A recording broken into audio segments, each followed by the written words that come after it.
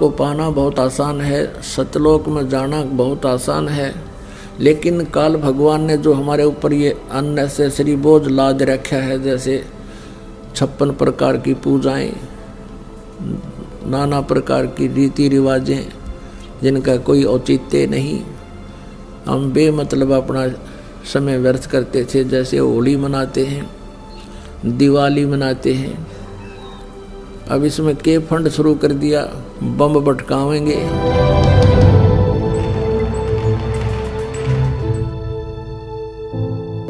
कितना प्रदूषण हो जाता है, किसी की आंख में डाला, आंख फूट गई, किसी के कपड़े जल गए, किसी के खेतों में पूड़ियाँ जल गई, किसी का घर में आग लग गई, और प्रदूषण निरा, और सारी रात बड़ा कोई मरीज है, बीमार है, उसने वो परेशानी रहे। ये कोई खुशी का तरीका है? और फिर उद्देश्य क्या? बोला इस दिन भगवान श्री राम सीता ने लेकर आया था, दिवाली वाले दिन वापस आया था, और वह गई भी तो थी कड्डी उसने 2 साल बाद से। फिर वो क्यों ना मनाया जिस दिन वह माँ दुखी रही, सारी उम्र तंग पाई? इस एक दिन के दिवाली वाले दिन ने के दे दिया सीता जी को, आजीवन भटकती रही, एक जंगल में टाइम पास किया, 2 बच्चों को लेकर के रहती थी।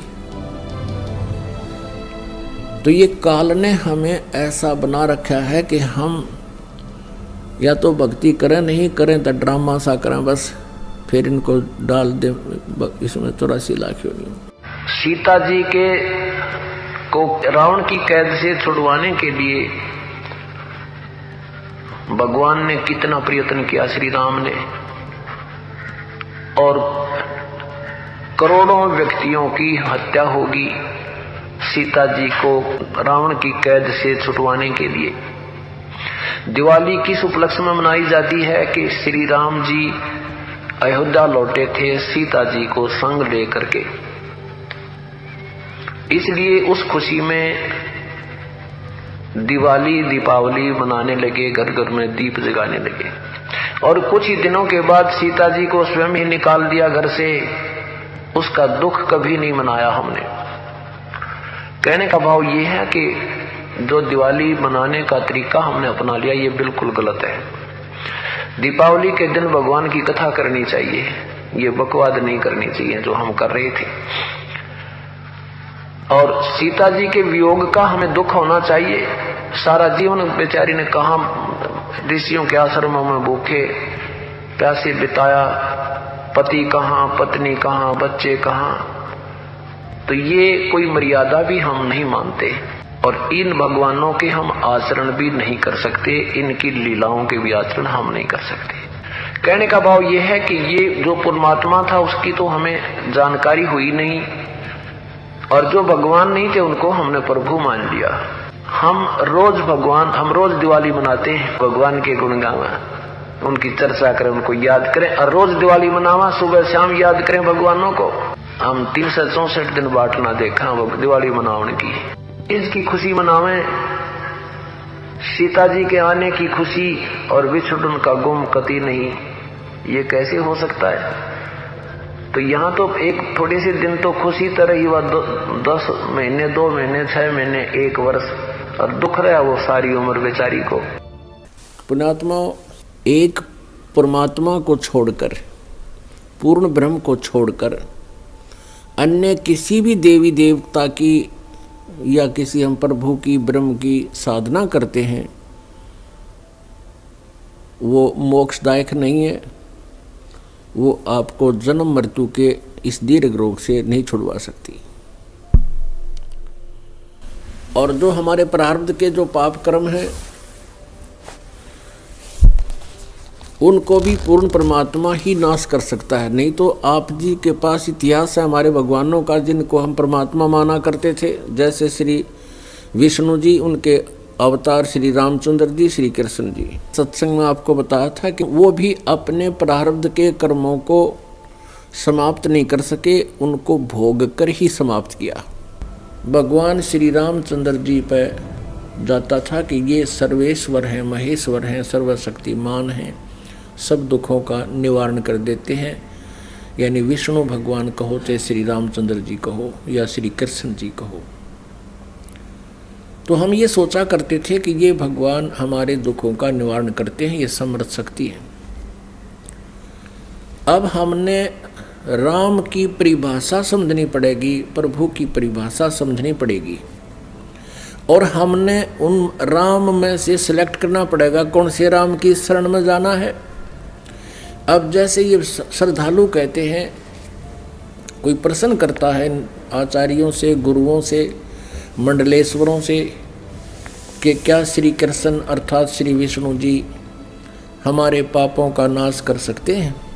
क्या वे जो श्राप दे दिया जाता है एक दूसरे को 3 ताप के अंतर्गत, क्या हमारे उन 3 तापों का वो नाश कर सकते हैं? तो कहते हैं कि हाँ, भगवान श्री कृष्ण अर्थात विष्णु जी हमारे सब पापों का नाश कर देते हैं। और प्रमाण के लिए कहते हैं, गीता जी अध्याय नंबर 18 के श्लोक नंबर 66 को बोलते हैं कि सर्वधर्मान परित्यज माम एकम शरणम व्रज अहम तवा सर्व पापे भव मोक्षामि मा शुच। पहले तो उनको ये पता नहीं कि गीता जी का ज्ञान श्री कृष्ण नहीं, श्री कृष्ण में प्रवेश करके ये ब्रह्म बोल रहा है, सरपुरुष बोलता है। और व्रज का माने आना नहीं होता, जाना होता है।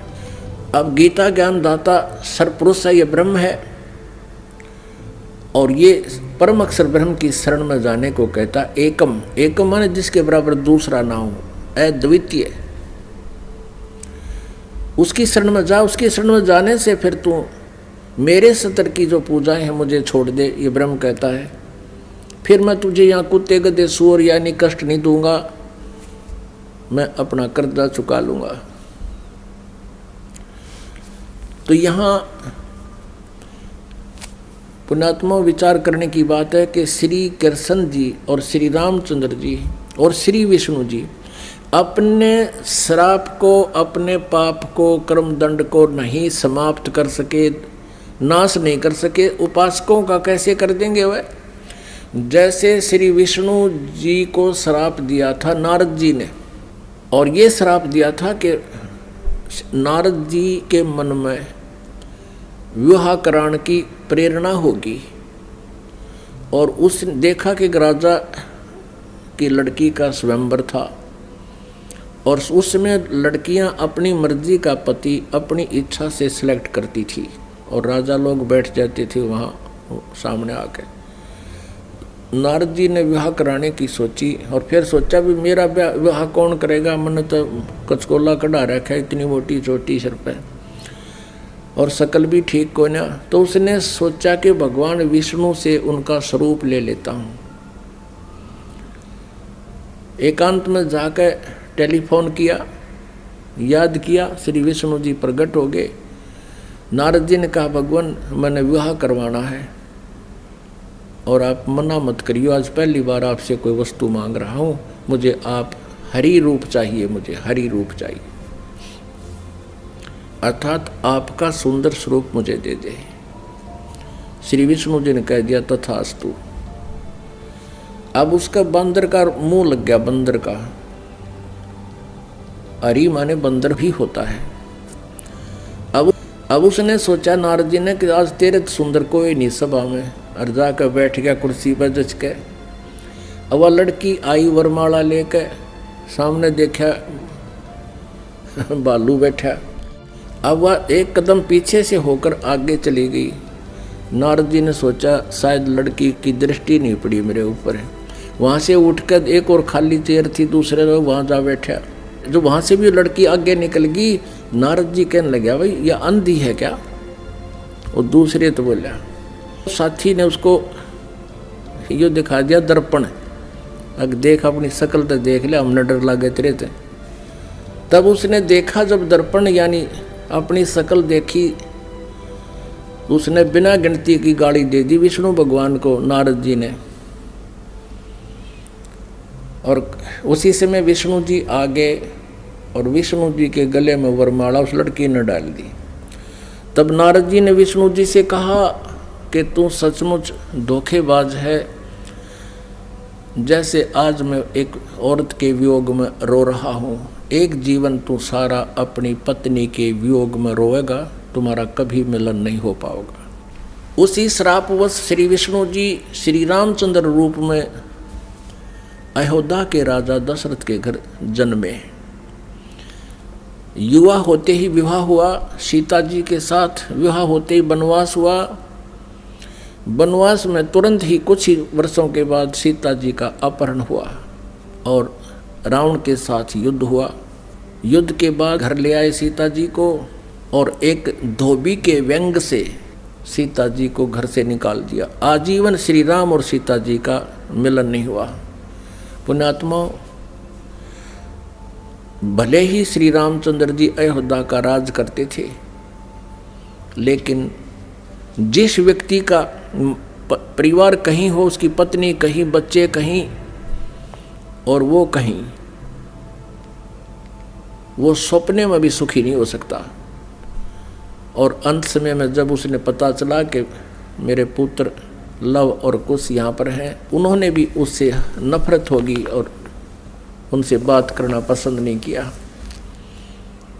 और सीता जी भी पृथ्वी के अंदर समा गई, उसके दर्शन तक नहीं किए। पुण्यात्माओं, वैसे तो हम देखो ये भगवान माना करते थे, हमारी आंखें बिल्कुल बंद हो चुकी थी ज्ञान वाली। सीता जी को जब युद्ध के बाद घर लाना चाहा था श्री रामचंद्र जी ने, तो ये कहा था कि मैं परीक्षा लेकर घर चलूँगा, यदि तू परीक्षा में सफल होगी तो मैं मानूंगा तू निष्कलंक है, रावण से तेरा कोई संबंध शारीरिक नहीं हुआ, और यदि तू परीक्षा में सफल हुई तो खत्म हो जाएगी। क्या परीक्षा ली थी श्री रामचंद्र जी ने कि अग्नि में बैठा दी थी सीता जी को, आग लगा दी थी चिता बना के, और ये सोच लिया था कि यदि ये कलंकित होगी तो जड़ मरेगी टंटा कट्टे, और सही होगी निष्कलंक होगी तो जीवित रह जाएगी। तो सीता जी जली नहीं थी, परीक्षा में सफल हुई थी। उसके बाद फिर आकर के एक धोबी ने कह दिया, अपनी पत्नी ने कुटा था, वह कहता 2 दिन उस तक दुखी होकर अपने चली गई होगी मित्र प्यारी अपनी सहेली के यहाँ, और जब वो वापस आई तो उसने रात ने कुटा था और ये कह रहा था कि मैं ये रात दशरथ का बेटा रामचंद्र नहीं हूँ जो 12 वर्ष रावण के पास रही और फिर उसको अपने घर पे रखे बैठा है। उस समय राजा लोग एक विशेष न्यायकारी होते थे, भेष बदल कर अपनी नगरी में घुमा करते थे, कोई व्यक्ति दुखी तो नहीं है। तो रामचंद्र जी ने कान ला कर सुना तेरा जिक्र कैसे हो रहा है। उसने 2-3 बार दोहराई ये बात, इस बात पर कि मैं निंदा का पात्र बन गया हूँ सीता को घर ला कर। अगले दिन सीता को निकाल दिया कि मैं दुनिया की व्यंग नहीं सुन सकता और जाइए आप, मैं नहीं रख सकता आपको, आप रावण के पास रही हो। अब फूटे भाग हमारे इसे भगवान थे हमारे, गर्भवती पत्नी और अकेले निकाल सुबह भाग जाए यहाँ से, अरे कलेजा फटने हो जाता है। आदमी अकेला निकाल कर देखो, वो तो एक औरत की जाति थी, कहाँ जंगल में जावे, और कहते हैं झाड़ झाड़ बैरी होता है स्त्री का। और ये थे हमारे भगवान, ये थे इनके करैक्टर, इनको हम कहते हैं मर्यादा पुरुषोत्तम। यह क्या मर्यादा थी भाई, एक गर्भवती पत्नी को और घर से निकाल देना, कितना मरो चाहे जीवे, ये तो कितना कट्टर स्वभाव होगा उस व्यक्ति का। अब कहने का भाव ये है पुण्यात्माओं, श्री रामचंद्र जी को जब पता चला, उसने अश्वमेघ यज्ञ करी थी, घोड़ा छोड़ दिया, लव कुश ने पकड़ दिया, रामचंद्र जी के छक्के छुड़ा दिए। सीता को पता चला तो दर्शन भी नहीं करे, उसे किसी के दर्शन करूं, समागी धरती में। और श्री रामचंद्र जी ने आकर के वापस इसी दुख में सरयू नदी में जल समाधि ले ली, सरयू नदी में शरीर छोड़ दिया। उसके बाद फिर श्री कृष्ण रूप में जन्म हुआ और रावण के साथ युद्ध के दौरान श्री रामचंद्र जी ने सुग्रीव के भाई बाली को मारा था एक वृक्ष की ओट लेकर, यानी धोखे से। तो उसका भी बदला देना पड़ा श्री कृष्ण जी के रूप में। वही विष्णु वाली आत्मा श्री कृष्ण जी हुई और बाली वाली आत्मा यानी राम वाली आत्मा श्री कृष्ण रूप में द्वापर में जन्मे। और बाली वाली आत्मा एक शिकारी बना और उसने एक विषाक्त तीर बनवा लिया और श्री कृष्ण जी के पैर में तलवे में तीर मार दिया विषाक्त, जिसके कारण उसकी मृत्यु हुई श्री कृष्ण जी की। श्री कृष्ण जी ने जब पूछा उससे, उस पारधी से, शिकारी से, शिकारी ने भगवान से कहा कि हे राजा, हे राजन, मेरे से गलती धोखे से आपके पैर में तीर लग गया। आपके पैर में पद्म है, ये चमक रहा था। दिन का समय, झुरमट सी वृक्ष की छाई हुई थी और मैं शिकार के लिए घूम रहा था। आपके ये पद्म की रोशनी मुझे लगा जैसे मृग की आंख है, हिरण की। मैंने धोखे से, गलती से तीर मार दिया और ये तो विषाक्त है। अब आप जी नहीं सकते, मुझसे धोखा हो गया, गलती होगी, माफ़ करो, क्षमा करो। तब श्री कृष्ण जी ने कहा कि बाली, ये तेरे से धोखा नहीं हुआ, ये ऐसा ही होना था। भाई, मैंने तेरे को धोखे से मारा था त्रेता युग में, और आज मैं वो बदला दे चला हूँ।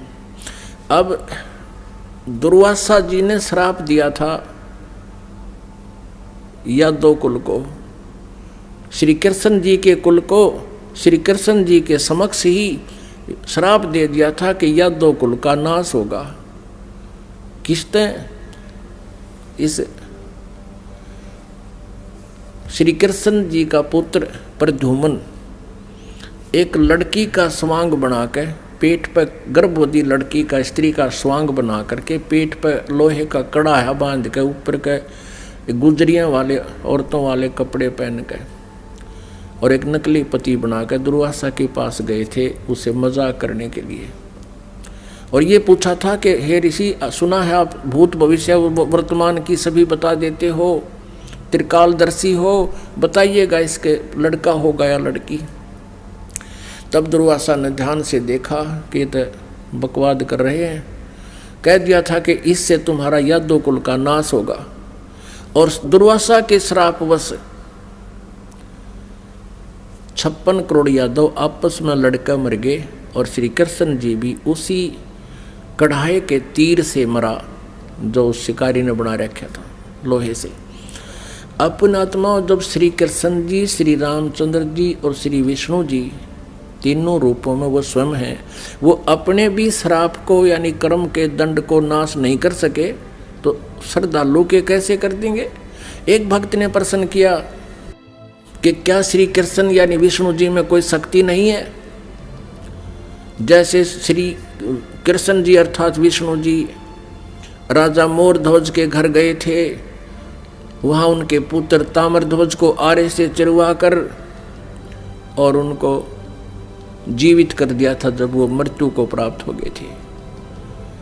पुण्यात्माओं, कबीर परमेश्वर जी ने फिर ये इसका उत्तर दे रखा है, क्योंकि श्री आदरणीय धर्मदास साहब जी ने भगवान से ये प्रश्न किया था कबीर जी से कि हे भगवान, हमने सुना है श्री कृष्ण जी ने मोरध्वज राजा के पुत्र को आरे से चरवा कर वो मृत्यु को प्राप्त हो गया था, उसको जीवित कर दिया था, और आप कहते हो कि ये समर्थ नहीं है, ये कोई परिवर्तन नहीं कर सकते। भगवान, यह क्या छोटी बात है? तब परमात्मा कबीर परमेश्वर जी ने कहा था कि धर्मदास, जब महाभारत के युद्ध में और अभिमन्यु की मृत्यु हो गई थी, जो सुभद्रा पुत्र थे, और सुभद्रा श्री कृष्ण जी की सगी बहन थी, श्री कृष्ण जी अभिमन्यु को जीवित नहीं कर सके, वहीं पर वे विद्यमान थे। अब धर्मदास साहब ने पूछा कि हे भगवान, कारण क्या था? तब परमेश्वर कबीर जी ने कहा कि ये भगवान आपकी आयु और श्वास को घटा बढ़ा नहीं सकते। अभिमन्यु की आयु इतनी थी, उसके प्रारब्ध में ये परिवर्तन नहीं कर सकते। सुभद्रा रोए थी, भगवान श्री कृष्ण रोए थे अपनी बहन के दुख में, पांचों पांडव रोए थे और उनका कुल नाश हुआ था। तो वहां थी समर्थता दिखाने का समय, वहां था, उसको जीवित कर देते। और वहां क्यों जीवित कर दिया ताम्रध्वज को? क्योंकि उसकी आयु शेष थी, उसके श्वास शेष थे। इतनी क्षमता इनमें है कि इन टूटे फूटे शरीर को ये ठीक कर सकते हैं, लेकिन श्वास नहीं बढ़ा सकते, कर्म दंड को ये समाप्त नहीं कर सकते। तो परमात्मा ने कहा, तुम कौन राम का जब ते जापम, तात कटे न ये तीनों तापम। तुम किस राम का भजन करते हो जिस कारण से आपकी साधना से, आपके द्वारा बताए गए इस मंत्रों से आपके अनुयायियों को लाभ नहीं हो रहा। आप उन भगवानों की भक्ति कर रहे हो जो आपकी किस्मत में लिखे हुए उन पापों का वो नाश नहीं कर सकते। और वेद बताते हैं परमात्मा घोर पाप भी नाश कर दे। तो इससे सिद्ध है आपको वो परमात्मा मिला नहीं है जिसकी तरफ वेद संकेत करते हैं। इति सिद्ध। वो परमात्मा कौन है?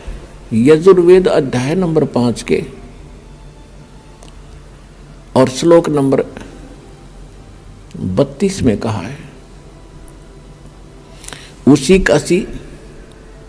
कसी माने वो पूर्ण शांतिदायक है। गीता अध्याय नंबर 18 के श्लोक नंबर 62 में गीता ज्ञानदाता कहता है कि अर्जुन तू सर्वभाव से उस परमेश्वर की शरण में जा, उसकी कृपा से तू परम शांति को और सनातन परम धाम को यानी शाश्वत स्थान को, अविनाशी स्थान को, सत्यलोक को प्राप्त होगा, परम शांति को प्राप्त होगा। अब वेद क्या बताते हैं? यजुर्वेद अध्याय नंबर 5 श्लोक नंबर 32 में कहा है उसी कसी यानी जो पूर्ण शांतिदायक है। कबीर असी वो कबीर है, वो कबीर परमात्मा है। वेदों में उसको कबीर देव कहते हैं, हम उसको कबीर साहब कहते हैं और कुरान शरीफ में उसको अल्लाहू अकबर कहा है। वो कबीर असी बमभारी असी, वो कबीर परमात्मा है जो बमभारी माने बंधनों का, अरी माने शत्रु, जो बंधनों का शत्रु है। अंगारी असी जो पाप नाशक है, पापों का शत्रु। अग माने पाप, अरि माने शत्रु, जो पापों का शत्रु है, जो पाप नाशक है। और बमभारी जो कर्म बंधनों, जो हमारे, क्योंकि हम संस्कार से यहाँ फंसे हैं, हमारे संस्कार यहाँ पर हैं, तभी हम उन संस्कारों से जन्म मृत्यु में लगे हुए हैं। कभी किसी से हमारा संयोग है, किसी के हम पुत्र बन गए, किसी की पुत्री बन गए, किसी के पति बने, किसी की पत्नी बने। तो ये संस्कार हमारे जो हैं, इनके कारण हम बंद में हैं और ये काल की बंद है, कैद है, बंदी ग्रह है। तो फिर परमात्मा खुद बताते हैं कि बंदी छोड़ हमारा नामम, अदर अमर है अस्थिर ठामम। अमर करूं सतलोक पठाऊं, ताते बंदी छोड़ कहाऊं। अमर करूं, तुम्हें यहाँ सदा के लिए सुखी कर दूंगा, जन्म मृत्यु से रहित कर दूंगा, तुम्हारे सब पापों का नाश करूंगा, सब संस्कार और बंधन यहाँ से समाप्त कर दूंगा, इसलिए मैं बंदी छोड़ कहलाता हूं। अनंत कोट ब्रह्मांड में बंदी छोड़ कहाँ आए, सो तो एक कबीर हैं जो जननी जने नमाए। आदरणीय गरीबदास साहिब जी गांव छुड़ानी जिला झज्जर वाले हरियाणा वाले को परमात्मा मिले थे। 10 वर्ष की आयु थी तब उनकी। किसान के घर जन्म था, जाट जाति में खेतों में अपना पशु चरा रहे थे, गौवें चरा रहे थे। वहां परमात्मा आए सतलोक से, जैसा उनके नियम में है, अच्छी आत्माओं को मिलते हैं, उनको अपने ज्ञान से परिचित कराते हैं, सतलोक ले जाते हैं। तब उनको सचमुच वो एकदम दृश्य सारे सत्य महसूस हुए और परमात्मा ने उनके अंतःकरण में वो यथार्थ ज्ञान योग उनका खोल के और वो फीड कर दिया था, यथार्थ ज्ञान उनके अंदर भर दिया था। परमात्मा के ज्ञान से, परमात्मा के से प्राप्त दिव्य दृष्टि से गरीबदास साहिब जी ने फिर बताया, अनंत कोटि ब्रह्मांड का एक रति नहीं भारे, सतगुरु पुरुष कबीर हैं ये कुल के सिरजनहार। यानी हमारे सदग्रंथ बताते हैं कबीर इज गॉड, आँखों देखा वो महापुरुष बताते हैं Kabir is God. Who Kabir, वो कौन कबीर? अनंत कोट ब्रह्मांड का एक रति नहीं भारे, सतगुरु पुरुष कबीर हैं ये कुल के सिरजनहारे। हम सुल्तानी नानक तारे, दादू को उपदेश दिया, जात जुलाहा भेद न पाया, वो काशी माहे कबीर हुआ। अब स्पष्ट भी कर दिया कि हु कबीर जो काशी में जाति जुलाहा धानक रूप में रहा करते थे, वो है वो भगवान सिरजनार। गरीबदास साहिब जी कह रहे हैं कि मुझे और इब्राहिम सुल्तान अधम एक मुसलमान राजा था इराक देश का, उसको और आदरणीय दादू साहिब जी को, आदरणीय नानक साहिब जी को हम सुल्तानी नानक तारे और दादू को उपदेश दिया, जात चुलाहा भेद नहीं पाया, वो काशी माहे कबीर हुआ। अब स्पष्ट कर रहे हैं गरीबदास साहिब जी कि मुझे पार किया, दादू साहिब जी को पार किया, नानक जी को पार किया। अब दादू साहिब जी को परमात्मा ऐसे ही मिले थे जैसे गरीबदास साहिब जी को मिले थे। तो उन्होंने कहा था, जिन मुझको निज नाम दिया सोए सतगुरु हमार, दादू दूसरा कोई नहीं।